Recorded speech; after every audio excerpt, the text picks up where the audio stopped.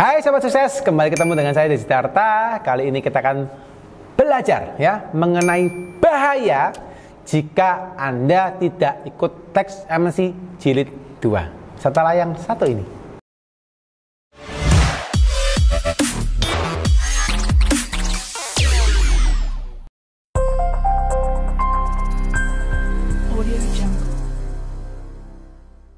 Oke, buat teman-teman yang tahun depan masih mempertimbangkan gitu ya untuk tidak mengikuti teks amnesti jilid 2, moga-moga video ini juga bisa memberikan penjelasan kepada teman-teman ya. Apabila teman-teman ingin mengikuti atau tidak mengikuti, silakan perhatikan dulu video ini sampai habis, baru Anda memutuskan apakah Anda akan ikut atau tidak ikut teks amnesti jilid 2. Anyway guys, saya hari ini memberikan teman-teman pemaparan soal teks amnesti jilid 2 ini.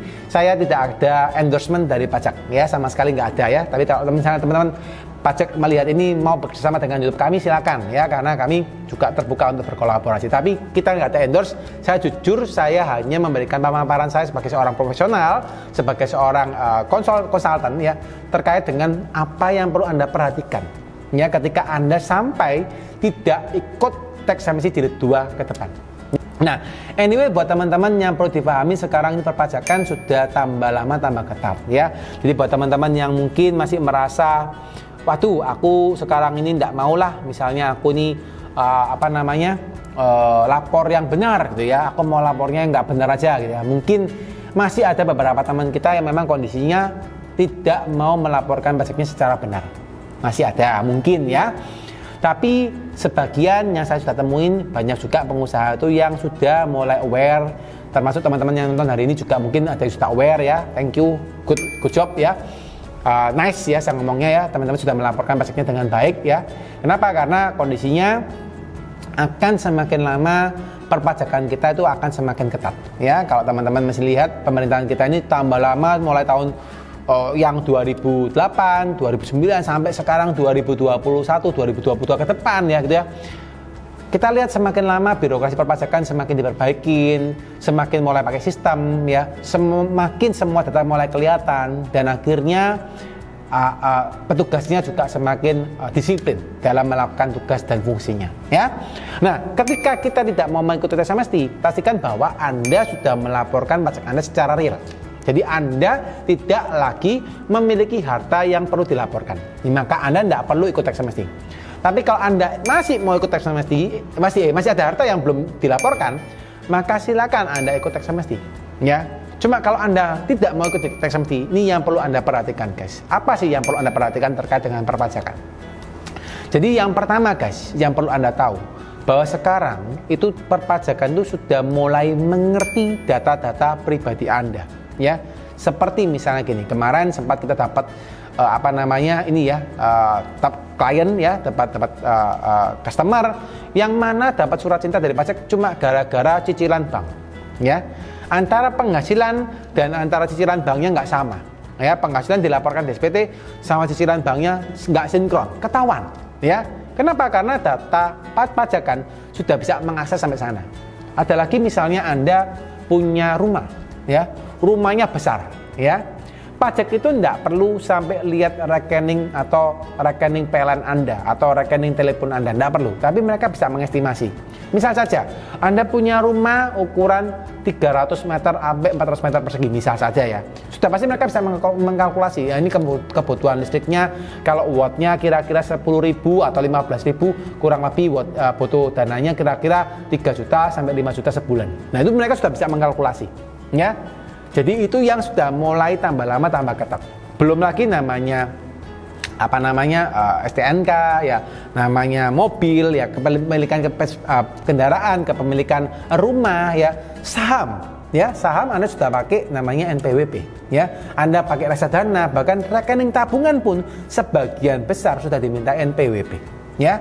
Jadi kalau Anda sudah diminta NPWP, maka semua aset kita ya itu sudah terdeteksi oleh pajak.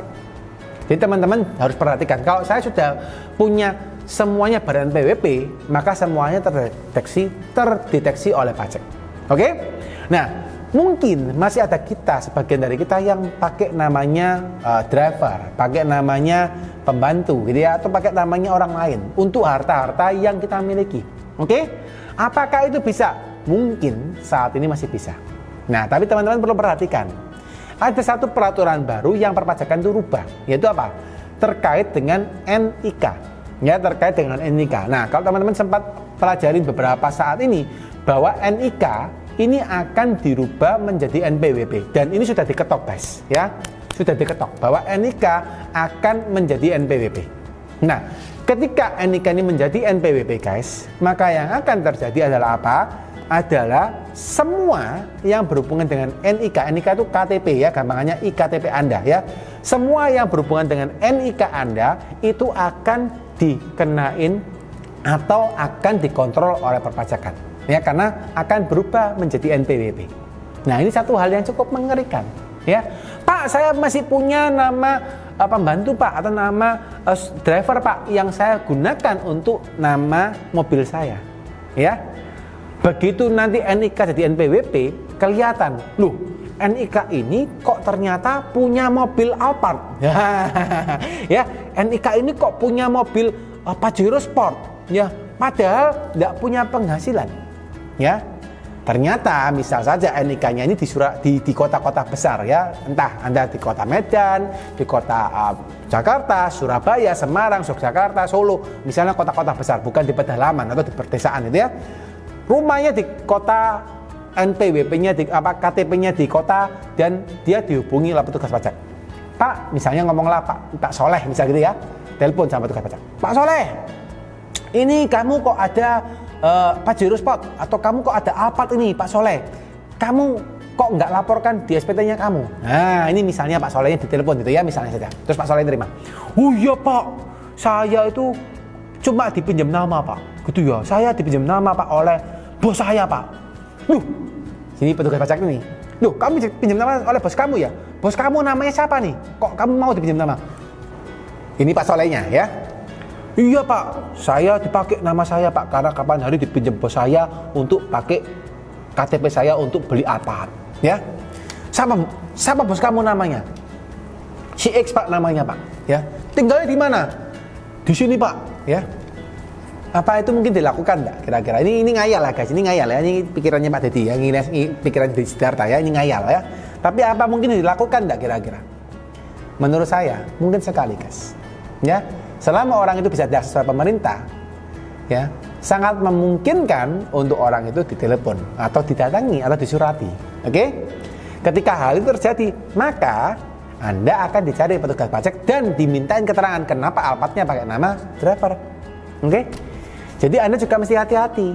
Kalau Anda nggak mau TA-kan sekarang, bisa jadi ketika Alphardnya ketahuan, ini yang masalah besar, Anda bisa kena denda sampai dengan 200% daripada pajak yang harus Anda bayar. Kalau Anda pernah lihat video saya yang lain mengenai tarif dendanya tax amnesty, itu nilainya besar guys ya. Simple thing, Anda punya harta 100%, harta Anda nanti kalau kena denda dan pajaknya tinggal 10%, 90%-nya masuk ke pemerintah.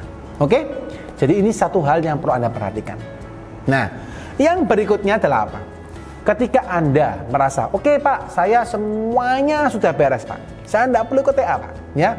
Harta yang masuk ke dalam yang sudah punya NPWP, misalnya Anda punya saham, Anda punya reksadana, Anda punya misalnya Anda punya rumah, Anda punya sembarang ya, semuanya ya yang punya NPWP sudah masuk ke dalam SPT tahunan Anda. Aman Pak ya. Tapi masalahnya adalah apa? Ternyata ada yang di rekening bank Anda, ada yang di rekening bank Anda yang belum Anda laporkan, atau bahkan rekening bank Anda pakai nama orang lain yang belum Anda laporkan. Oke? Nah, ini jadi satu masalah besar lagi. Ya. Pak, aman Pak, saya tidak perlu laporkan. Nah, kembali ke pertanyaan saya teman-teman. Pertanyaan saya, ketika Anda punya data atau harta yang nggak dilaporkan, apakah Anda mau ya, apakah Anda akan menghabiskan harta Anda tersebut? Ya. Sebagian besar orang akan menjawab tidak, karena hal tersebut akan digunakan untuk usaha atau untuk kegunaan yang lain. Kalau memang Anda mau habiskan harta tersebut, ya itu terserah Anda, saya tidak bisa mengatakan gitu ya. Misalnya Anda mau baik nih ya gitu. Wah, saya Pak mau hal tersebut saya donasikan ke orang Pak, gitu ya. Ya itu serah Anda, ya. Anda mau laporkan, nggak mau laporkan, ya serah Anda. Saya nggak bisa paksa, ya. Kalau saya sebagai konsultan, saya akan ngomong laporkan, gitu ya. Tapi kalau Anda sebagai pribadi, saya juga nggak bisa paksa, ya. Nah, tapi kalau Anda mau pakai untuk kepentingan usaha Anda, atau Anda mau beli harta yang lain, tinggal ketika Anda beli harta, itu pasti sudah ketahuan, ya. Kembali yang tadi saya ceritakan. Tapi yang berikutnya, kalau seandainya Anda, misal saja Anda itu tidak mau laporkan, Anda tetap di rekening tabungan Anda, yang perlu Anda perhatikan tadi, NIK, ini peraturan ya, NIK akan menjadi NPWP, itu yang pertama. Dan yang berikutnya, kalau sudah NIK akan menjadi NPWP, prediksi saya teman-teman, ya ini prediksi seorang Dedi ya, khayalan saya, belum tentu benar ya, tapi khayalan saya ya, tidak lama lagi adalah rekening bank akan kebuka. Oke, ketika rekening bank bisa diakses oleh pemerintah, diakses oleh petugas pajak, maka orang-orang atau Anda ya yang tidak mau melaporkan pajaknya secara benar akan diperiksa dan dapat denda pajak yang cukup besar. Ya, jadi saran saya, Anda mesti pertimbangkan, kenapa sih saya harus ikut TA ya, apa sih atau bahayanya apa sih jika saya tidak ikut TA? Banyak guys, bahaya banyak ya. Jadi kalau memang Anda sudah tahu bahayanya dan Anda memang merasa itu pertimbangannya bagus, pertimbangannya baik, silakan Anda ikut TA, karena TA ini belum tentu ada yang ketiga ya. Dulu TA yang pertama tidak ada TA yang kedua, tapi TA yang kedua ini muncul kenapa? Karena kondisi COVID ini tidak diprediksi. Ya mana tahu kita bisa kondisi COVID seperti ini ya. Akhirnya butuh dana dan akhirnya memang dikeluarkan TA yang kedua, atau bukan TA yang kedua, tapi program pengungkapan sukarela ya. TA yang ketiga saya nggak tahu, saya nggak berani komentar ya. Tapi mungkin kalau misalnya Pak Presidennya masih sama, bisa jadi tidak dikeluarkan, bisa jadi tidak dikeluarkan ya. Tapi saya belum berani berkomentar. Intinya kumpung sekarang masih tarifnya 11% ya, 6%, 8% ya, dan 12%, 14% ya, belum naik yang lebih tinggi lagi, mending Anda ikut aja ya. Itu saran saya teman-teman ya, saya enggak ada untuk inikat yang jelek-jelek, saya hanya menyampaikan secara universal, semoga dapat dipahami. Dan teman-teman yang merasa belum puas terkait dengan penjelasan saya, mau komentar di bawah, mau tanya, mau asking apapun, silakan. Ataupun teman-teman yang pengen mendapatkan pembahasan soal topik yang lain, silakan, suka akan saya jawab ya di reply komen, ataupun akan saya usahakan jawab melalui konten YouTube yang baru ya. Sekian, jangan lupa subscribe, like, dan share video ini supaya bisa membantu video ini ditonton oleh teman-teman Anda yang membutuhkan informasi yang sama ya.